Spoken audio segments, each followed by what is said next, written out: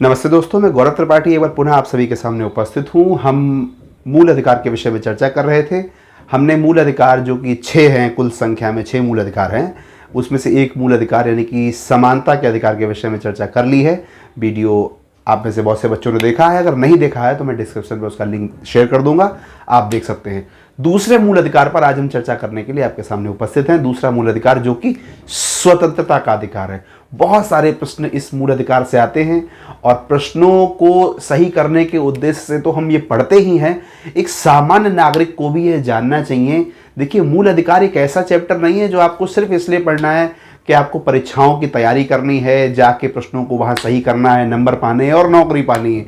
मूल अधिकार वैसे तो पूरा संविधान ही खाली समय में लोगों को पढ़ना चाहिए, लेकिन मूल अधिकार एक ऐसा टॉपिक है जिसके विषय में लगभग प्रत्येक नागरिक को जानकारी होनी चाहिए। अवेयरनेस, जागरूकता तभी आ सकती है जब आपको अपने अधिकार पता है कि आखिर संविधान में कौन से ऐसे वर्णित अधिकार हैं जो आपको प्रदत्त किए गए हैं, दिए गए हैं। और उन अधिकारों में भी जो स्वतंत्रता का अधिकार है वो बहुत ही अच्छा अधिकार है, बहुत ही जरूरी अधिकार है आपके लिए जानना। चलिए आते हैं, हम चर्चा करते हैं और बीच बीच में आपको उदाहरणों के द्वारा समझाएंगे कि किस तरीके से हम मूल अधिकार में स्वतंत्रता के अधिकार को सरलता से समझ सकते हैं।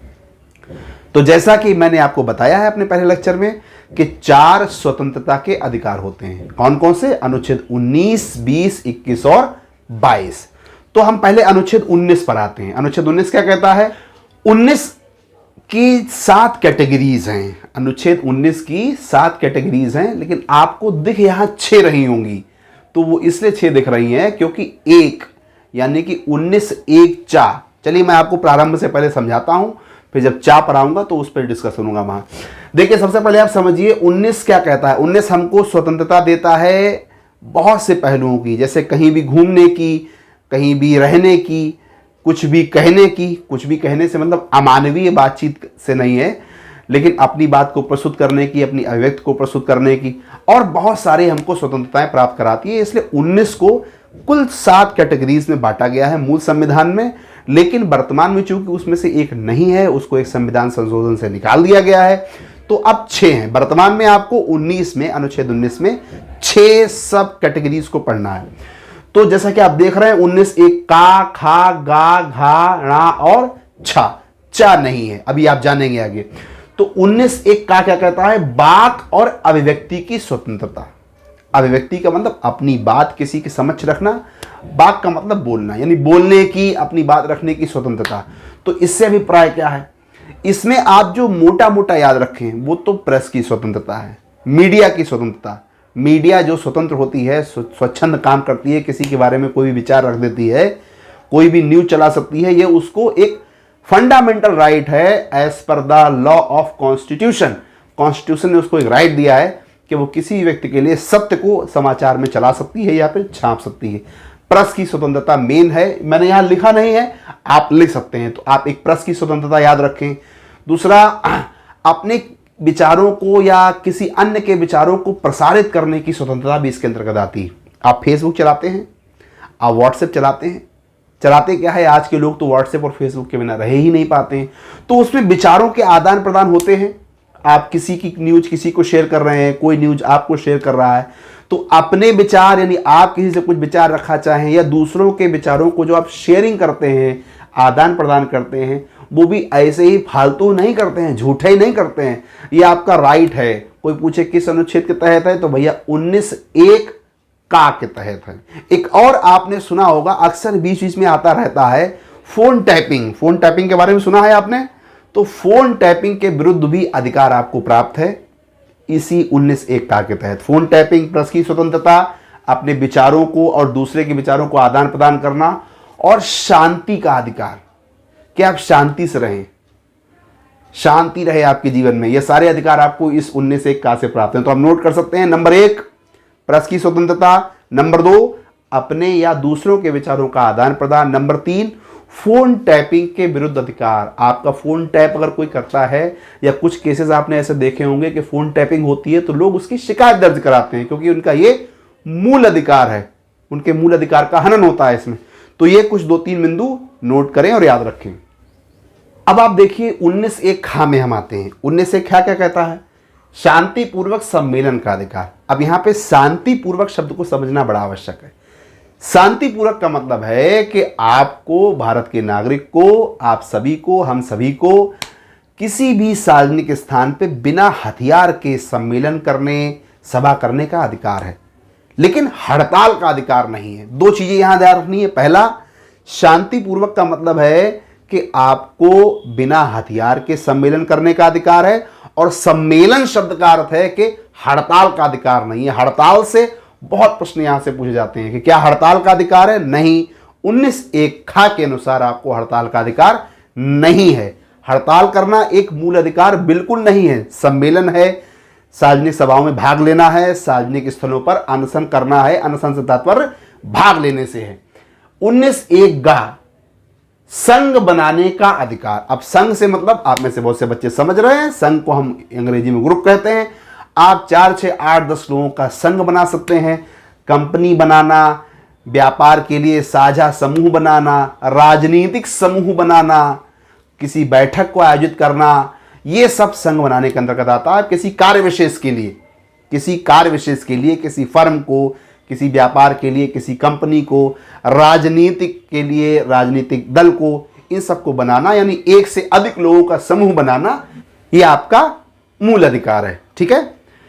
आते हैं 19(1) में आवाज संचरण की स्वतंत्रता। आवाज का मतलब निर्विरोध, कि कोई आपका विरोध ना हो। संचरण का मतलब घूमने की। तो संविधान आपको अनुच्छेद 19(1) के अंतर्गत, इसको एक्चुअली में ABCD भी पढ़ते हैं, का को A, खा को B, गा को C, तो आप ABCD भी पढ़ सकते हैं, लेकिन मैं क्योंकि आपको हिंदी मीडियम पढ़ा रहा हूं इसलिए आपको हिंदी में सब लिख दिया हूं। तो 19(1) में आवाज संचरण की स्वतंत्रता है। संचरण का मतलब घूमना फिरना, आवाज का मतलब निर्विरोध। आपको एक राज्य से दूसरे राज्य या राज्य के अंदर ही एक स्थान से दूसरे स्थान पर जाने की पूरी स्वतंत्रता है, और ये ऐसे ही स्वतंत्रता नहीं है भैया, ये मूल अधिकार के रूप में स्वतंत्रता है। ठीक है। 19(1) निवास का अधिकार। आप किसी भी स्थान पर निवास कर सकते हैं। हालांकि जम्मू कश्मीर जैसे कुछ अपवाद थे, निवास से मतलब आप वहां निवास बना सकते हैं, लेकिन 31 अक्टूबर 2019 को ये जम्मू कश्मीर पे जो धब्बा लगा हुआ था, ये भी हटा दिया गया है। अब आप कहीं भी निवास बना सकते हैं।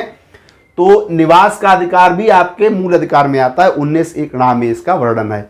अब चा गायब है बीच में। जिस चा का वर्णन मैंने, जिस चा की चर्चा मैंने प्रारंभ में की थी, वो चा यहां पे नहीं है।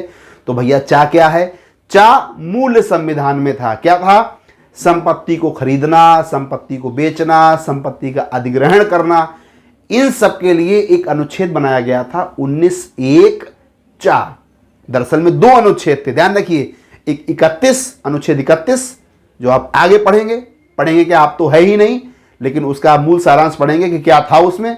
तो अनुच्छेद 31 और अनुच्छेद 19(1) चा, जो कि यहां पर नहीं लिखा है, इन 2 अनुच्छेदों का निरसन किया गया, संविधान से हटाया गया। कब हटाया गया? 44 में संविधान संशोधन 1978 में हटाया गया।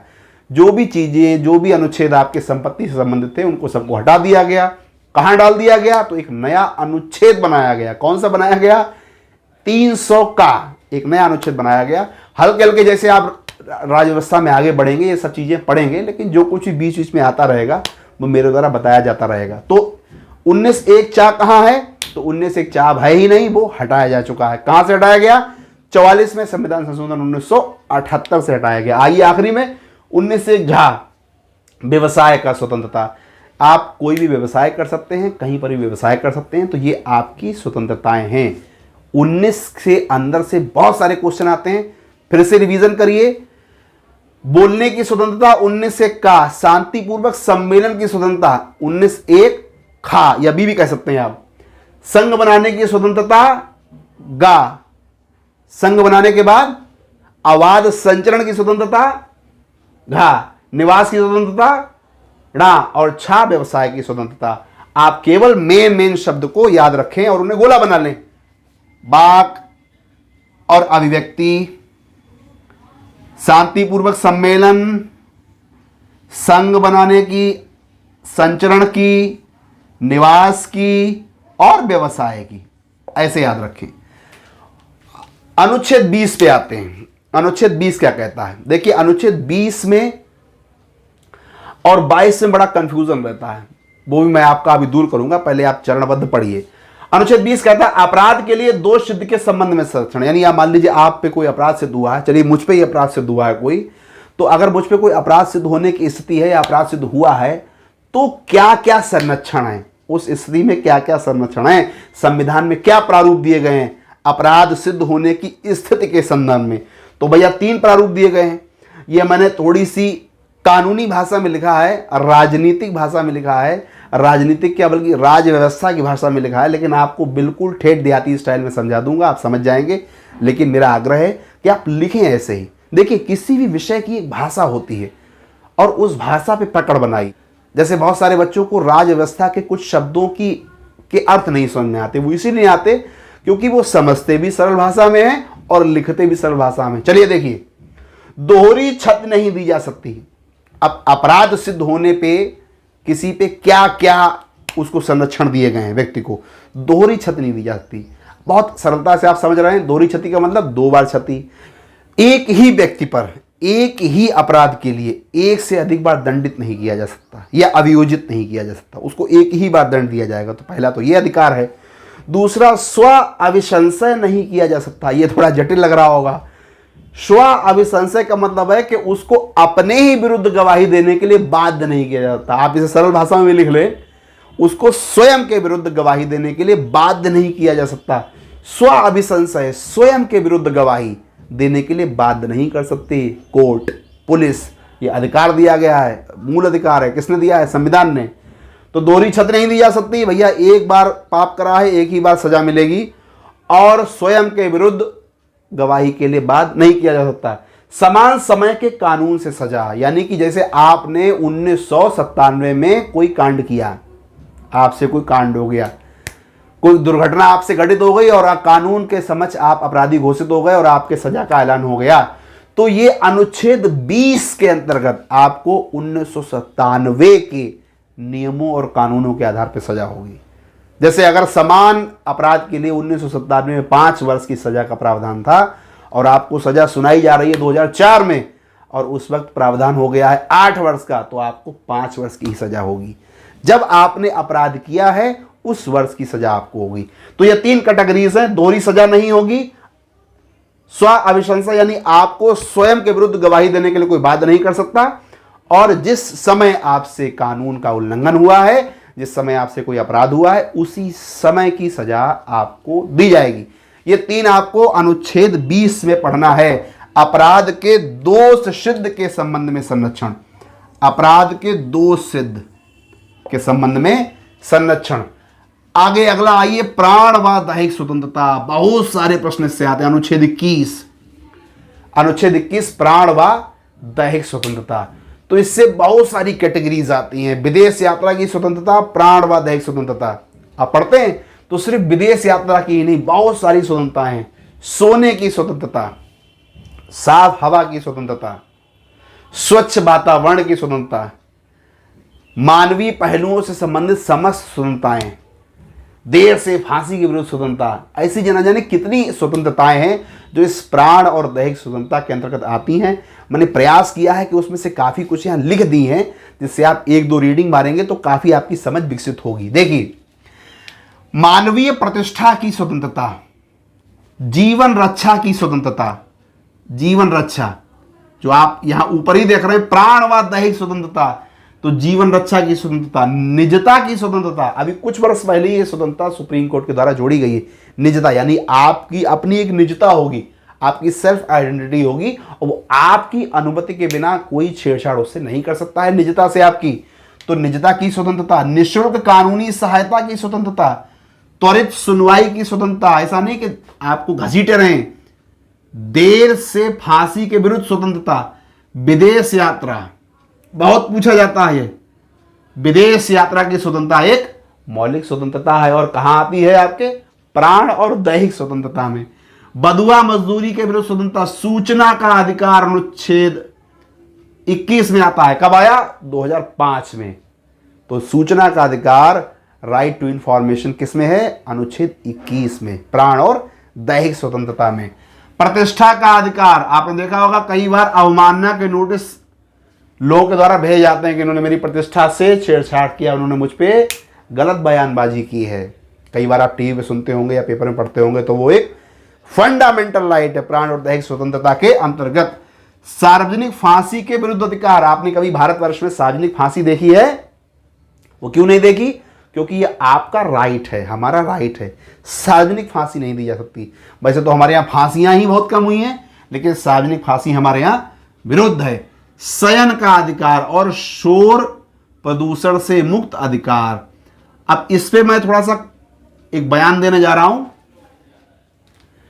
इसे किसी जाति या धर्म से जोड़ के ना देखें, सिर्फ अधिकार के रूप में देखें।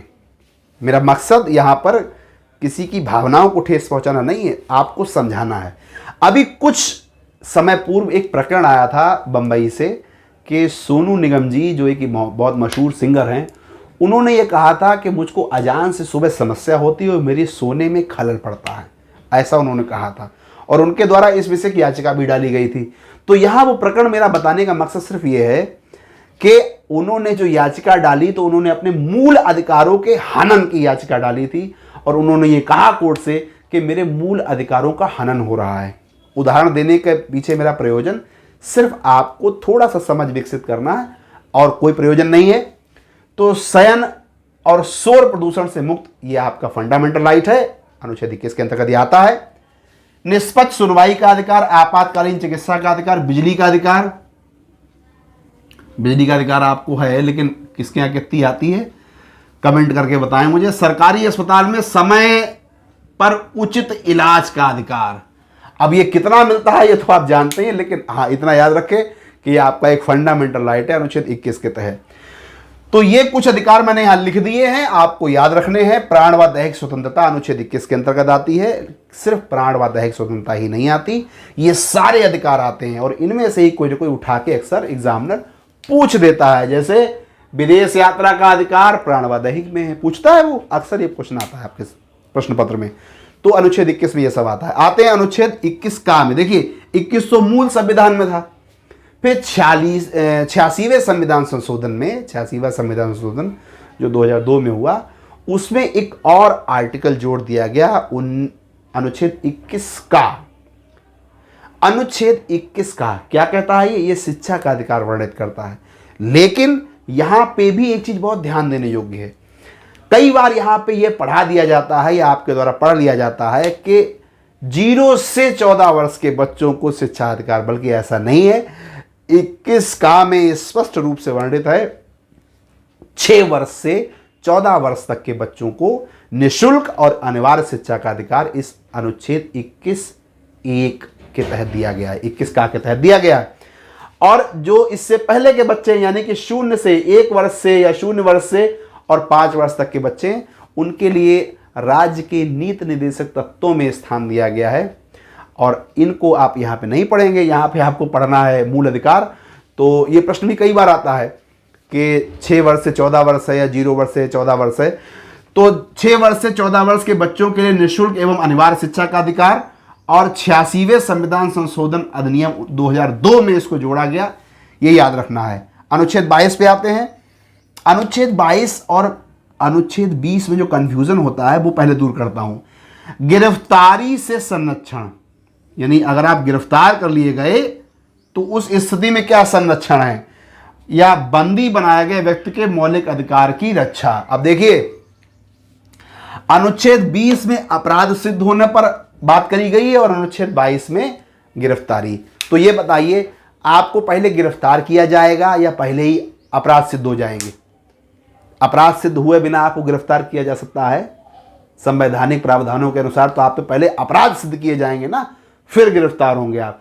तो क्योंकि पहले अपराध आप पे सिद्ध किए जाएंगे, तो अपराध के लिए दोष सिद्ध का जो प्रावधान है वो 20 में दिया गया। 20 पहले आता है, 22 बाद में आता है। तो अपराध की हम बातचीत करेंगे 20 में, और क्योंकि अपराध सिद्ध होने के बाद आपकी गिरफ्तारी होगी, तो हम गिरफ्तारी विषय चर्चा करते हैं अनुच्छेद 22 में। ऐसे याद रखें। गिरफ्तारी से संरक्षण से क्या मतलब है? तो आपको सिर्फ एक मोटी मोटी बात यहां याद है कि किसी भी बंदी को बिना मुकदमा चलाए 3 माह से अधिक बंदी नहीं बनाया जा सकता, ये प्रावधान है। तो ये 4 मूल अधिकार हैं जो आपने पढ़े हैं, स्वतंत्रता के अधिकार हैं। ये काफ़ी सारे प्रश्न इनसे आते हैं। पहले इनको नोट करिए आप और 1 से 2 इसकी रीडिंग मारिए अच्छे से। जो चीज़ें मैंने यहाँ नहीं लिखी हैं लेकिन बोली हैं उनको नोट करिए बीच बीच में वीडियो को पॉज करके, और एक अच्छी समझ विकसित करिए। उसके बाद आप ऑब्जेक्टिव्स लगाइए। देखिए 6 मूल अधिकार हैं हमारे। मूल संविधान में तो 7 मूल अधिकार थे, लेकिन 44वें संविधान संशोधन से एक अधिकार हटा दिया गया, संपत्ति का अधिकार, जो कि अनुच्छेद 31 में वर्णित था। तो वर्तमान में 6 मूल अधिकार हैं, और 6 मूल अधिकारों में जो 2 मूल अधिकार हैं वो विशेषतः पढ़े जाते हैं, क्योंकि ज़्यादा प्रश्न उनसे ही आते हैं। एक पहला आपका समता या समानता का अधिकार, और एक दूसरा जो आपने आज पढ़ा है स्वतंत्रता का अधिकार। तो इन 2 के लिए मैंने अलग अलग वीडियोस बनाए हैं। पहला वीडियो जैसा कि आप में से जिन्होंने देखा है वो जानते हैं कि वो समानता के अधिकार पर निर्भर था, आधारित था, और आज स्वतंत्रता का अधिकार। अब एक वीडियो इसमें और आएगा मूल अधिकार में, जिसमें बाकी के बचे हुए सारे अधिकार और जो भी इंपॉर्टेंट फैक्ट्स इंक्लूडेड करने हैं वो सारे करके इन 3 वीडियो से मूल अधिकार खत्म कर दिया जाएगा।